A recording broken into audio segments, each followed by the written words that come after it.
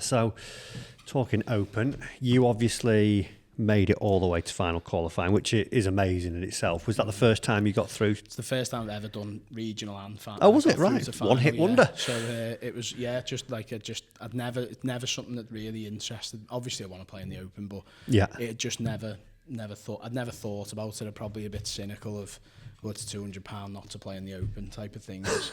And luckily enough, one of my friends sponsored me through his business, right, which was really nice of him to do. And then played well at Caldy. It was nice. I've played Caldy thousands of times, and it was nice being 10 minutes. You know, yourself, like you probably had to stay over where you were going and stuff, but I was sleeping in my own bed 10 minutes away. A golf course I've played thousands of times, and you felt comfortable. And I played well. I really did play well. I must have. Did you win that one, or were you? No, I was second. Right. So someone. There was a guy from Lancashire, an amateur, shot 67. Wow. And then there was 3 or 4 on 69. So I was the best of the 69s on a count back, if you like. And then I think one under qualified in a 7-man playoff. But I think a lot of the reserves ended up getting in, which was good. But it was a great buzz about everything about, I think. And then if you're a realist, it's sort of getting your open tees, your water bottle, all this type of stuff. It's just a bit of a professional. It's an amazing thing, isn't it? Medal, isn't it? Yeah. So what was like the week leading up to final qual then? You've made it through. Are you sort of ramping up your practice? Are you down? You played West Lancs. Did you go and play a few more rounds there, or what did that look like? It was quite a bit of a time of, I'm like now I'll say like I've played a lot of golf and I get into bad habits when I've played a lot. So we'd had our county stroke play, which had done okay and finished 4th, and I was leading going to the last round, and then on the Monday, so that was Thursday, Friday, 36 Saturday, I sort of got to Caldy and I was a bit like, it was in the way. It's just this like, comp, God. Yeah, but then when I played really well, I can't tell you the sort of in my mind all the time, I was just thinking about going to West Lancs, and then we got there I think I was busy on the Sunday, so I went on the Monday practice round really late. Had a bit of a panic on the range with Jay, got it, and luckily he coaches me, so I was like, no! Just keep hitting out the heat, I'm hitting out the shaft. You're playing the strongest golf course off the tee, off black tees, which you don't play ever up other than that event. So, but it was just amazing. Like the Rolex signs up, the clocks, there's wind direction, there's more information they give you. There's you get a player's badge, all this sort of stuff. The one thing that we would give, like when we were on the tour truck at the Open. They do this thing called gravities on the green. Have you heard of this? No. So they do this every week on the PGA Tour and the Open. I don't know if they do it on the DP, but they measure how much the ball bounces off the green. Okay. So how many gravities is it? And Ben Griffin's caddy, Lexi, was like, oh, it's 118 today. And I was like, well, that means nothing to me. And he was like, PGA Tour's 108 as an average. So this is 180. So there's so much that goes into it, isn't it? I'd never thought of that. We've always just had stimp, haven't we? Yeah, exactly. That's it. I was like, what? It was just amazing. The whole place looked different as well, and even Monday different feel as well. Yeah, it was just everyone was buzzing. Everyone had a caddy with them. Everyone's writing notes down. No one's just going there for and I don't think I believed enough that I've probably had the best 12 months of my golf, and if I was ever going to do it, it was probably then. And I wish I did go there. If I'd done it again, I will, and I will do it for future now, because I feel like, as stupid as it sounds, final qualifying to me is like playing in the Open. It's that to me. Yeah, it's a big event, isn't it? If I got on the Open, I'm not going to be turning pro. I'm not going to do anything from it. It'll just be the best life experience ever. And while you can do it, I'll try. But it was so good at West Lancs. It was worth the £200 just to get that. Exactly, yeah. And it was just amazing. The aura around the place, it was all marshalled. There was no one around. It was just so surreal. Yeah. Like saying, it's like a tour event, isn't it? It like you say, maybe your only chance of feeling what actually maybe a PGA DP Live player actually gets to feel, Absolutely. In terms of there's your card, there's your thing, and then, move aside, please. This player's coming through. You do feel it's an amazing feeling. You've achieved it. On the tee, or it was just, you were pampered for a while. That's right. Yeah. It was lovely to really, it really was. But on the day as well, it was just, there's so much you learn from it, isn't there? In an experience like that of getting there on the morning, it was. I played quite well. I made 3 bogeys, 7, 8, and 9 from the middle of the fairway in the morning, and went from like 1 under to 2 over. Yeah, and it was just think I was 4 or 5 over. I think I shot 3 over or 4 over and 2 over in the afternoon. Yeah. And I just never quite got it going really to get close enough. But it was just...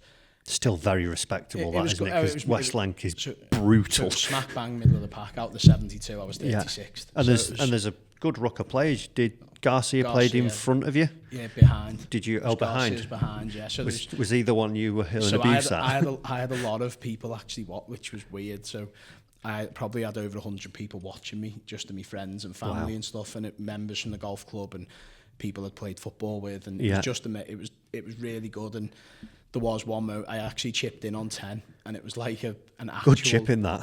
I missed it right, awful shot from the middle of the fairway, over a trap, and I'm not the best. Chipping's probably something and I'm a bit like, oh, make sure you don't duff it in the bunker. Hit it up, and it goes in, and there was this huge roar, and obviously where we're from, and even Dan Brown was like, I didn't know what to do, whether to go, I don't wear a cap, but it like tipped me club up, or I just felt so awkward. But it was great, you know, like... And I said they were all coming to watch. Do you not do a knee slide across the green? big running. And that's what I wish I'd done. Like I've got a couple of videos, a whole of great putt on 9 in the afternoon, and there's loads of people around the green, and it goes in from about 25, 30 foot, and there's a big wow, and it's great to look back on. I'll never forget. I'll never ever forget it. You know, it was. But the other side of it is, I wish I did go there with a bit of belief. Like I was just saying to you about the regional stuff and what would you do, and a bit of confidence and belief, because you watch. Jay was good to be there because he was like, he doesn't get overawed by it because he's seen them all before. But even Dan Brown, you look at it and it's like, it's not ultra different, but they've got an aura around them, the way they walk, the way they talk. They just deserve to be there. And that's how they. It's like they've got a force field, isn't it? It's just like nothing's getting in here today, nothing's bothering me. We're just here to hit this ball around the field at least times as possible. I got a great group because he was the other lad we played with. Jack was a lovely lad, and for a pro, I was expecting him to take a while. He was so quick. He was really quick, and that suited me because I play quickly as well. So it was just I was really lucky, you know, to see someone actually qualify right in front of me. And it's not like... What did he shoot? He was 5 under total. So he shot 71, 68. Oh. So it was really good. Like I think sitting down at lunch, there was a few 4 or 5 unders in the morning. A couple of them went backwards and a couple of them went forwards. So it was... And how many went through? 4 people. So he was 6. Sam Horsfield and Matt Dodberry, who's a lad from Hoylake, Sam went through.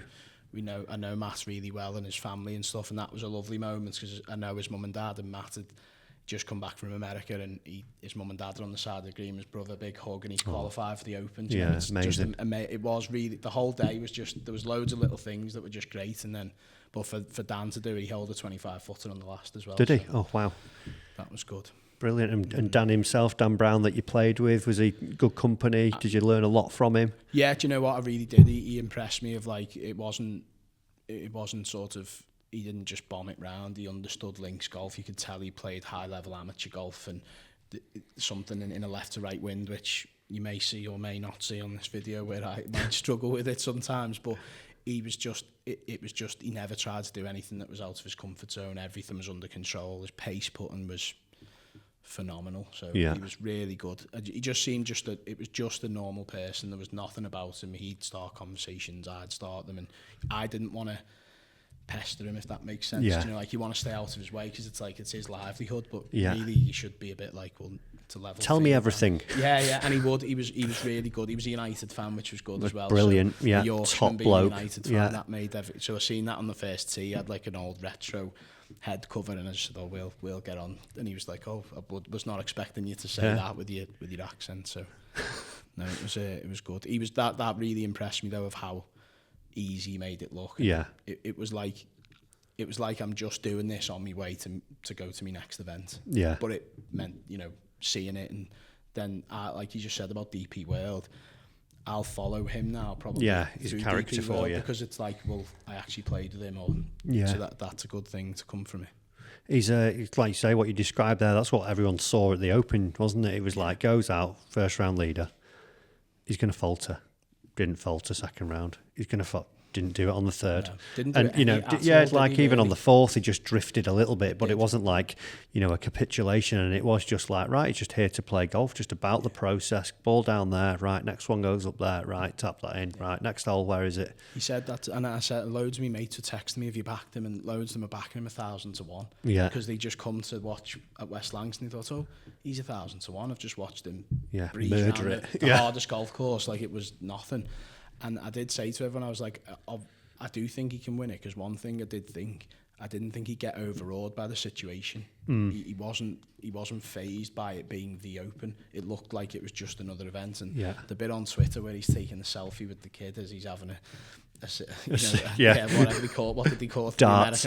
Darts on Twitter, and it was great, wasn't it? It's nice to see an actual human, relatable someone. He's not getting told to go and stretch or do media, and it was just completely off the cuff. And it was good on him. He's in next year. That's an even better. Yeah, that was that was the best bit. That was all I was hoping for. That whole Sunday. He got 2 bad lies late on as well, where he was in bunkers and stuff, so he done really well.